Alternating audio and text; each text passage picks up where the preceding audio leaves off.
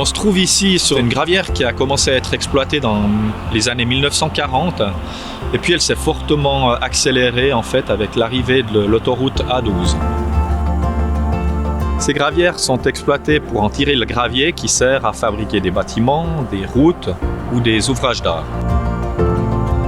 Aujourd'hui, les besoins sont là.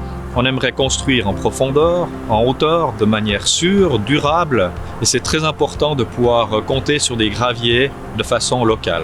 C'est d'ailleurs pour cette raison que ces gravières ont été placées dans des zones prioritaires au niveau du plan cantonal.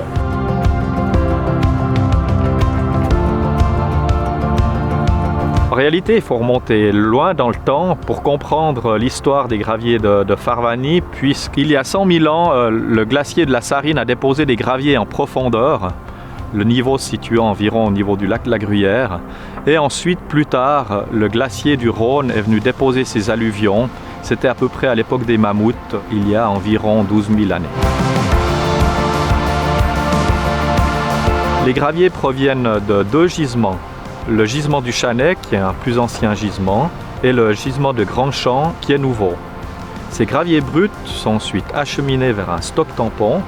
On les extrait de ce stock tampon pour les laver d'abord, et ensuite les cribler et les concasser en fonction des matériaux qui sont nécessaires.